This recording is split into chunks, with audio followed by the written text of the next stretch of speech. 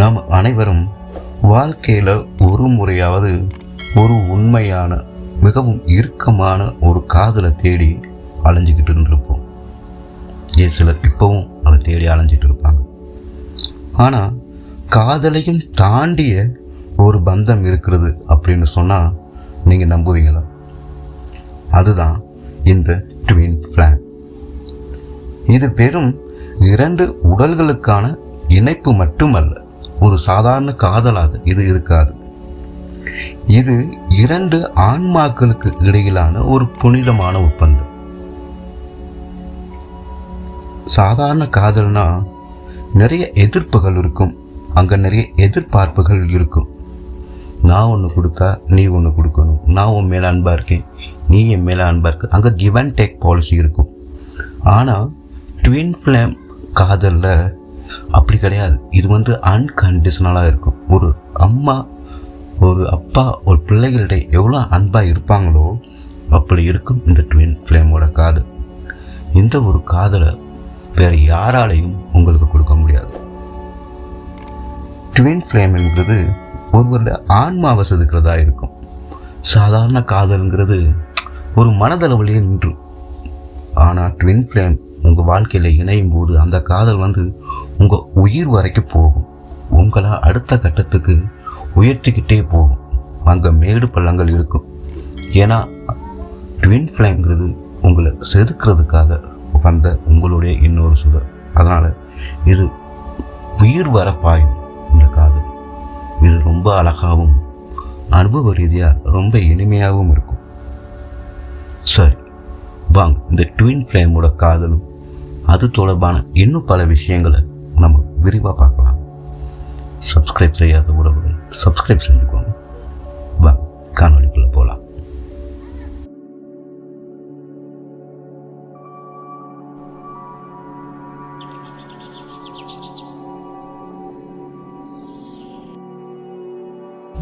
சாதாரண காதலுக்கும் ட்வின் ஃப்ளேமுக்கும் என்ன வித்தியாசம் இருக்கு? சாதாரண காதல் எனக்கு நீ வேண்டும், உனக்கு நான் வேணும் என்ற தேவையை சார்ந்தது. அது உடல் தேவையாகவோ இதர பல தேவைகளாகவோ இருக்கலாம். ஒருவருக்கு பிடிக்கும், ஒருவருக்கு பிடிக்காது, ஒருவருக்கும் பிடிக்கும் விஷயங்களை மட்டுமே பேசுவது. இது சாதாரண காதல். ஒரு சாதாரண காதலில் கொடுத்து வாங்குறது இருக்கும். எனக்கு பிடிச்ச மாதிரி நீ இருக்கணும், உனக்கு பிடிச்ச மாதிரி நான் இருக்கணும், இப்படிங்கிற அதுக்குள்ள நிறைய விஷயங்கள் இருக்கும். ஆனால் சாதாரண காதலை யாரும் நான் குறைச்சி மதிப்பிடலை. சாதாரண காதலும் அழகானது. ஆனால் அது இதயத்தின் அளவிலேயே ரொம்ப இனிமையாகவும் இந்த உலக அளவில் உங்களை ரொம்ப சப்போர்ட்டிவாகவும் இனிமையாகவும் இருக்க வச்சிருக்கும். ஆனால் ட்வின் ஃப்ளேம் அப்படி அல்ல. ட்வின் ஃப்ளேம் அப்படிங்கிற காதல் உங்களுடைய இதயம் கடந்து உங்கள் உயிர் வரை செல்லும். உங்கள் ஆன்மாவுக்குள் ரெண்டும் ஒன்றுக்கு ஒன்று கலந்து இரண்டரை கலந்து ஒன்றா நிற்கும். இதுதான் சாதாரண காதலுக்கும் ட்வின் ஃப்ளேமுக்கும் இருக்கிற வித்தியாசம். இந்த ட்வின் ஃப்ளேம்ங்கிறது உங்களை நீங்களே நேசிக்கிறதுக்கு கற்றுக் கொடுக்கும். அப்படிப்பட்ட ஒரு பயணம் தான் ட்வின் ஃப்ளேம். இதில் இந்த ட்வின் ஃப்ளேம் காதலில் உங்கள்கிட்ட இருக்கிற பிடிவாதங்கள் எல்லாம் உடஞ்சி சுக்கலாயிடும். உங்களுடைய ஈகோவாக இருக்கட்டும், உங்களுடைய தற்பெருமைகளாக இருக்கட்டும், எதுவாக இருந்தாலும் சுக்கலாயிடும். அங்கே உங்களை தவிர உங்களுடைய சுடரை தவிர வேறு எதுவும் அங்கே இருக்காது. அங்கே ஈகோவோ எதுவும் இருக்காது. காதல் ஒரு டெஸ்டினேஷன் அப்படின்னு சொன்னால் ட்வின் ஃப்ளேம்ங்கிறது ஒரு அவேக்னிங், ஒரு விழிப்புணர்வு, ஒரு பேரானந்தம். இதுதான் சாதாரண காதலுக்கும் ட்வின் ஃப்ளேமுக்கும் இடையில் இருக்கிற ஒரு வேறுபாடு அல்லது ஒரு வித்தியாசமாக நாம் இது சொல்லலாம். ஏன் இந்த ட்வின் ஃப்ளேமோட பந்தத்தை ரொம்ப புனிதமானதுன்னு ஏன் சொல்கிறோம்? பிரபஞ்சம் ஒரு குறிப்பிட்ட நேரத்தில் தான் இவங்களை உங்களோட சந்திக்க வைக்கும். அந்த நேரம் உங்கள் வாழ்க்கையில் ஒரு மிகப்பெரிய திருப்பு முனையை தரும். ட்வின் ஃப்ளேம் உங்கள் வாழ்க்கையில் என்டர் ஆகுறாங்கன்னு சொன்னாலே உங்களுக்கு பல முன்னேற்றங்களும் வாழ்க்கையில் பல மாற்றங்களையும் பல அனுபவங்களையும் கற்றுக் கொடுக்க தான் வரும். இது சாதாரணமான உறவாக இருக்காது, அதையும் கடந்த ஒரு தெய்வீக உறவாக இருக்கும். அவங்க உங்கள் குறைகளை சொல்லும்போது உங்களுக்கு வலிக்கும், ஆனால் அந்த வலி தான் உங்களை ஒரு வைரமாக மாற்றும்.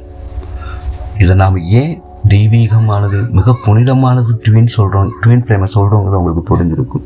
சாதாரண அன்பு போல இருக்காது, இது ஒரு தெய்வீகமானதா. ஒரு தாய்க்கு இதெல்லாம் சொல்லுவோம், தாய்க்கு நிகரான அன்பு எதுவுமே இல்லைன்னு. ஆனால் இந்த தெய்வீகமான இந்த ட்வின் ஃப்ளேமோட காதலில் நீங்கள் உங்களோட தாயையும் கடந்து இதுக்கு மேலேயும் ஒருத்தர் அன்பு செலுத்த முடியுமாங்கிறத உங்களால் உணர முடியும். இப்போவும் நான் சொல்ல முடியும், உறுதியாக உங்ககிட்ட சொல்கிறேன். நீங்கள் இப்பவும் பல பேர் திருமணமாக இருக்கலாம், சிலர் காதலில் கூட இருக்கலாம். ஆனால் நீங்கள் இந்த காதலில் இருக்கும்போது உங்களுக்கு இந்த காதல் முழுமையானதா அப்படிங்கிறத உங்களுக்குள்ளேயே ஒரு கேள்வி இருக்கும். உங்களுக்குள்ளேயே இந்த காதல் இன்னும் இப்படி இருக்கணுன்ற ஒரு எதிர்பார்ப்பு கண்டிப்பாக இருக்கும். அந்த ஒரு தேடல் இருக்கும் பாருங்கள். நீங்கள் எத்தனை பேரை காதலிச்சாலும் உங்களுக்கு ஏதோ ஒரு குறை உங்கள் மனசில் இருக்கும். நீங்கள் எதிர்பார்க்குற காதல் கிடைக்கலையே அப்படிங்கிறது. அதுக்கான காரணம் நீங்கள் இன்னும் உங்களுடைய ட்வின் ஃப்ளேமை சந்திக்காமல் இருக்கிறது தான். சீக்கிரம் உங்களுடைய ட்வின் ஃப்ளேமை நீங்கள் சந்திப்பீங்க. இந்த ட்வின் ஃப்ளேமில் நிபந்தனையற்ற அன்பு இருக்கு. நம்ம அதை அன்கண்டிஷனல் லவ்னு சொல்லுவோம்.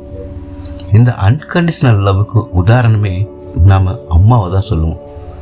ஏன்னு சொன்னால் தன் மகன்கிட்ட என்ன குறைகள் இருந்தாலும், அவன் நல்லவனோ கெட்டவனோ கொலகாரனோ அவன் யாராக இருந்தாலும், ஒரு தாய் ஒரு மகனை எந்த சந்தர்ப்பத்திலையும் வெறுத்துட மாட்டான். மகனே தன்னை வெறுத்தாலும் அதுதான் அன்கண்டிஷனல் லவ். அவங்க இந்த ட்வின் ஃப்ளேம்ங்கிறவங்க உங்ககிட்ட உங்களோட இல்லாமல் போனாலும் அவங்க மீது உங்களுக்கு ஒரு மாறாத அன்பு இருக்கும். இப்போ ஒரு ட்வின் ஃப்ளேம் உங்களோட இருந்து விலகி போயிட்டா கூட அவங்கள நீங்கள் குறை சொல்ல மாட்டீங்க. அவங்க மேலே அவங்களுக்கு ஒரு அலாதியான அன்பும் ஒரு அக்கறையும் நம்பிக்கையும் இருக்கும். அவங்க மற்றவங்களோட மகிழ்ச்சியாக இருந்தால் கூட அதை உங்களால் ஏற்றுக்கொள்ள முடியும். அதை நீங்கள் சாதாரணமாக பொறாமப்பட மாட்டீங்க. ஏன்னா ட்வின் ஃப்ளேம்ங்கிறது ஒரு சோதி ஒரு உயிர் இரண்டாக பிரிகிறது தான். அப்போ ஒன்று மேலே ஒன்று பொறாமல் இருக்காது. அதுக்கு இரண்டுமே அதன் மீது அதனுடைய நலன் மீது அக்கறையாக இருக்கும். அந்த இரண்டாவது சுடர் எங்கே இருந்தாலும் உங்கள் மீதும், நீங்கள் எங்கே இருந்தாலும் அதன் மீது அக்கறையாக இருப்பீங்க. சந்தர்ப்ப சூழ்நிலை தள்ளி நிற்கலாமே அன்றி, ஆனால் நீங்கள் எப்போவும் இணைஞ்சுதான் பயணிப்பீங்க. ஏதோ ஒரு சந்தர்ப்பத்தில் உங்களுக்கு இதே யூனியன் அமைஞ்சு தீரும். அது மட்டும் இல்லை ஃப்ரெண்ட்ஸ், அவங்க சோகமாக இருக்கும்போதோ இல்லை பல மைல்கள் கடந்து நாடு விட்டு நாடி அவங்க எங்கே இருந்தாலும், ஆனால் அவங்களுக்கும் உங்களுக்கும் ஒரு ஆத்ம கனெக்ஷன் இருந்துக்கிட்டே இருக்கும். நம்ம ஏற்கனவே சொல்லியிருந்த மாதிரி 2 பேரும் ஒரே அலைவரிசையில் இருப்பீங்க. அவங்க அந்த உலகத்தில் எந்த மூலையிலையும் இருக்கலாம், ஆனால் அவங்களுக்கும் உங்களுக்குமான ஒரு தொடர்பு, அந்த ஆன்ம தொடர்பு அப்படிங்கிற உயிர் தொடர்பு எப்பவும் அறுந்து போகாது. அது வைஃபை மாதிரி இருக்கும். அவங்களுக்கு ஏதாவது சொன்னால் உங்களால் இங்கே உணர முடியும். அவங்களுக்கு ஏதாவது ஒரு கஷ்டம் பிரச்சனைன்னு சொன்னால் அந்த பிரச்சனை உங்களால் உணர முடியும். உங்கள் மனசில் ஏதோ ஒரு பாரமாக இருக்கும், என்னமோ நடக்க போகிற மாதிரி. அவங்களுக்கு என்ன நடந்தாலும் உங்களுக்கு இங்கேருந்தே உணர முடியும். இது ஒரு டெலிபதி மாதிரி வச்சுக்கிறீங்களே, உங்கள் 2 பேருக்கும் இருக்கிற ஒரு டெலிபதி கம்யூனிகேஷன் மாதிரி இருக்கும். அவங்களுக்கு என்னென்ன நடக்குதுங்கிறது உங்களால் இங்கேருந்து உணர முடியும். புரியுது? இந்த உறவோட முக்கியமான 3 விஷயங்கள் இருக்குது. அதை நீங்கள் உறுதியாக ஃபாலோ பண்ணணும், அல்லது உங்களுக்குள்ள அந்த தன்மையை நீங்கள் நல்லா வளர்த்துக்கணும். முதலாவது உண்மையாக இருக்கணும், அதாவது ஹானஸ்டி. ஒருவருக்கு உண்மையாக இருக்கணும் அப்படிங்கிறது அல்ல அங்கே விஷயம். நீங்கள் ஒருத்தருக்கு ஒருத்தர் உண்மையாக இருப்பீங்க, அதில் எந்த ஒரு சந்தேகமும் இல்லை.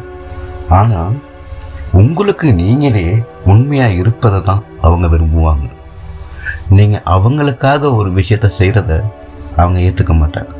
எனக்கு பிடிச்சிருக்குங்கிறதுக்காக நீ செய்யக்கூடாது அப்படிங்கிறதுல அவங்க ரொம்ப உறுதியாக இருப்பாங்க. ஏன்னு சொன்னால் இந்த ட்வின் ஃப்ளேம்ங்கிறதே உங்களுக்கு உணர்த்துறது தான் வந்திருக்கு. நீ உன் வாழ்க்கையை எப்படி வாழணும், உன் வாழ்க்கையை உனக்கு பிடிச்ச தளத்துல இருந்து தான் உன் வாழ்க்கையை நீ வாழணும்.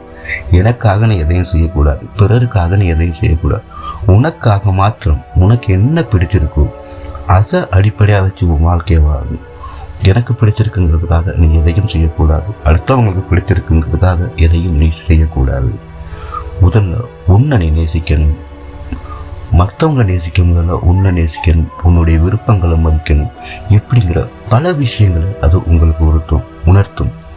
அதுதான் ஹானஸ்டி, அதுதான் உண்மை, அதுதான் நேர்மை.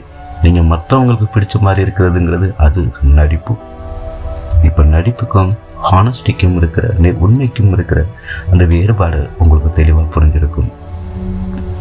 நீங்கள் விருப்பமே இல்லாமல் மற்றவங்களுக்கு செய்கிற விஷயம் அது எப்படி நேர்மையானதாக இருக்க முடியும் இல்லையா? நீங்கள் உங்களுக்கு பிடிச்சிருந்த அதை நீங்கள் அவங்களுக்கு செய்யும்போது தான் அது உண்மையானதாகவும் நேர்மையானதாக இருக்கும். அவங்க பிடிச்சிட்டு அப்படிங்கிறதுக்காகவே நம்ம ஒரு விஷயத்தை அவங்களுக்கு செய்ய போனால் அது அவங்களுக்கு சந்தோஷத்தை தரும். ஆனால் அவங்க திருப்பி பார்க்கும்போது ஒரு இரட்டை சுடராக இருக்கும்போது ஒரு ட்வின் ஃப்ளேம் வந்து 2 பேரையுமே சந்தோஷம் வச்சுக்கணும் தான் பார்க்கமே தவிர தன்னுடைய என்பதை மட்டும் அதை கவனம் செலுத்தாது. அதனால் ட்வின் ஃப்ளேமில் உண்மையாக இருக்கிறதுங்கிறது ரொம்ப முக்கியம். உண்மையாக இருக்கிறதுங்கிறதே இதுதான் உண்மையாக இருக்கிறது. அடுத்தது என்னென்னா, பக்குவமாக நடந்துக்கணும். எல்லா விஷயங்களையும் ரொம்ப மெச்சூரிட்டியாக ஹேண்டில் பண்ணணும். ஒரு குழந்தைத்தனமாக இல்லாமல் எல்லாத்தையும் அடுத்த கட்ட நிலையிலிருந்து சிந்திக்கணும். சின்ன சின்ன சண்டைகளை தாண்டி அடுத்தது மெச்சூரிட்டி, அதாவது ரொம்ப பக்குவமாக நடந்துக்கிறது.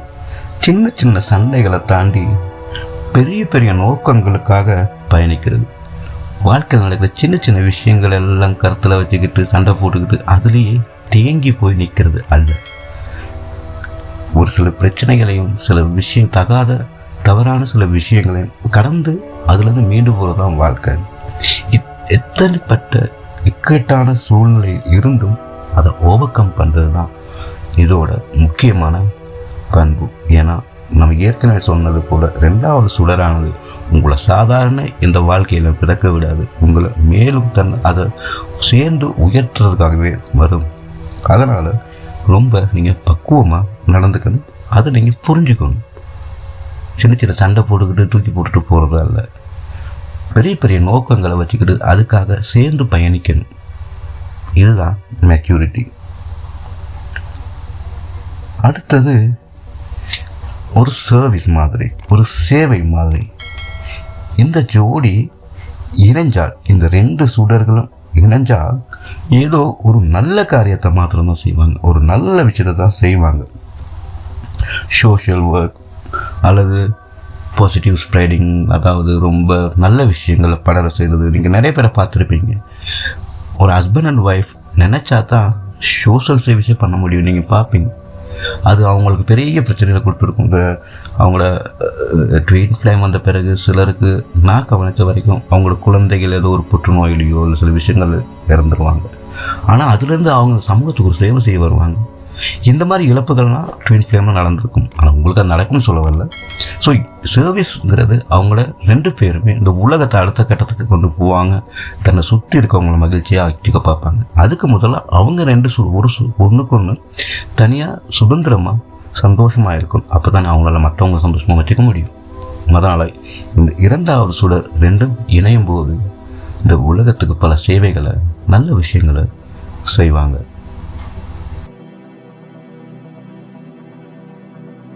உங்களை நீங்கள் தேடுங்க, அமைதியாக இருங்க. நீங்கள் யார் அப்படிங்கிற ஒரு விஷயத்தை தேடுங்க. ட்வின் ஃப்ளேம் அப்படிங்கிறது உங்களை இன்னொரு நபர்கிட்ட தேடுறதே இல்லை. ஏன்னா ட்வின் ஃப்ளேம்ங்கிறது உங்களுடைய இன்னொரு பகுதி. முதல்ல நீங்கள் உங்களை புரிஞ்சுக்கிட்டு இருந்தால் தான் ட்வின் ஃப்ளேம் யாருங்கிறதே உங்களால் ஐடென்டிஃபை பண்ணிக்க முடியும். ஏன்னா நீங்களே உங்களை யாருன்னு உங்களுக்கு தெரியலைன்னு சொன்னால் வர்றது யாருன்னு உங்களுக்கு தெரியாது. இதுக்காக நீங்கள் மலையில் உட்காந்து தியானம் பண்ணி அது அல்ல நான் சொல்ல வரேன். முதல்ல நீங்கள் உட்காந்து செல்ஃப் ரியலைஸ் பண்ணுங்கள். உங்களுடைய குணங்கள், நான் யார், உங்களுடைய லைஃப் ஸ்டைல் என்ன, இப்போ உங்களை பற்றின ஒரு புரிதல் இருக்கும் இல்லையா, அந்த புரிதலை வளர்த்துக்கோங்க. ஏன்னா உங்களை நீங்கள் புரிஞ்சுக்காம எதிர வர்றது யார், உங்களுடைய உங்களுடைய இன்னொரு பகுதியாங்கிறது உங்களால் எப்படி உணர முடியும்? அதனால் தயவு செய்து நீங்கள் இன்னொருத்தட்ட நீங்கள் தேடாதீங்க. அவங்க உங்கள் வாழ்க்கையில் வருவாங்க, நீங்கள் தேடி போகணுன்றது இல்லை. இரண்டாவது சுடரான அந்த உயிர், அந்த உறவானது நீங்கள் தேடி போய் பார்க்கணுங்கிறது இல்லை. ஏன்னா அவங்களும் உங்களுக்காக வருவாங்க. இதுதான் இயற்கையின் பிணைப்பு. ரெண்டுமே எப்படி ரீயூனியன் ஆகும், அதற்கு முன்னாடி நீங்கள் தயார்படுத்திக்கணும் அல்லவா? அதனால் நீங்கள் இந்த ரெண்டாவது ஃப்ளேமை வெளியில் தேடுறதை விட்டுட்டு முதல்ல உங்களை நீங்கள் அடையாளப்படுத்திக்கணும். அப்போ தான் உங்களுக்குள்ளே வந்திருக்குது யாருங்கிறதே உங்களால் புரிஞ்சிக்க முடியும். சில வேளை உங்கள் வாழ்க்கையில் ஏற்கனவே கூட வந்திருக்கலாம் அவங்க, அது உங்களுக்கு தெரியாமல் கூட இருக்கலாம். ஸோ உங்களை நீங்கள் செல்ஃப் ரியலைஸ் பண்ணுங்கள். உங்களை நீங்கள் யாருன்னு கொஞ்சம் புரிஞ்சுக்கோங்க. உங்களுடைய விஷயங்கள், உங்களுடைய தன்மைகள் இதெல்லாம் தெரிஞ்சுக்கிட்டாலே இப்போ வந்திருக்கிறது யார், இல்லை இப்போ இனி தான் வரப்போகிறாங்களா அப்படிங்கிறது உங்களால் உணர முடியும். உங்கள் வாழ்க்கையில் இப்படிப்பட்ட பந்தத்தை நீங்கள் உணர்ந்துருக்கீங்களா இதுக்கு முன்னால்? சிலருக்கு இனிமே தான் வரலாம், ஆனால் சிலருக்கு எப்போ வந்திருக்கலாம். இது நம்முடைய ட்வின் ஃப்ளேம்ங்கிறதே உணராதவங்களும் இருப்பாங்க. இது காதலை விட மேலானது. ரெண்டுக்கும் காதலும் பறக்கக்கூடியதுதான், உங்களை மிதக்க வைக்கக்கூடியது. இந்த ட்வின் ஃப்ளேம்ங்கிறது அதுவும் உங்களை மிதக்க வைக்கக்கூடியது. ஆனால் ரெண்டுக்கும் ஏதோ ஒரு வித்தியாசம் இருக்கும். அது உங்களுக்குள்ள நடந்திருக்கா இதுக்கு முன்னால்? அப்படி இருந்தால் உங்களோட கருத்துக்களை சொல்லுங்கள். உங்களோட ட்வின் ஃப்ளேமை நீங்கள் இதுக்கு முன்னாடி சந்திச்சிருந்தீங்கன்னா வாழ்த்துக்கள். இனிமே தான் உங்களோட ட்வின் ஃப்ளேமை நீங்கள் சந்திக்க போகிறீங்க, 2 பேரும் ரீயூனியன் ஆக போகிறீங்கன்னா ரொம்ப வாழ்த்துக்கள். மீண்டும் இணைஞ்சி இந்த வாழ்க்கையை ரொம்ப இனிமையாக கொண்டாடுங்க. நன்றி. இந்த தொடரோட அடுத்த பகுதியில் மிக விரைவில் சந்திப்போம். நன்றி. சப்ஸ்கிரைப் செய்துட்டு இணைஞ்சிருங்க.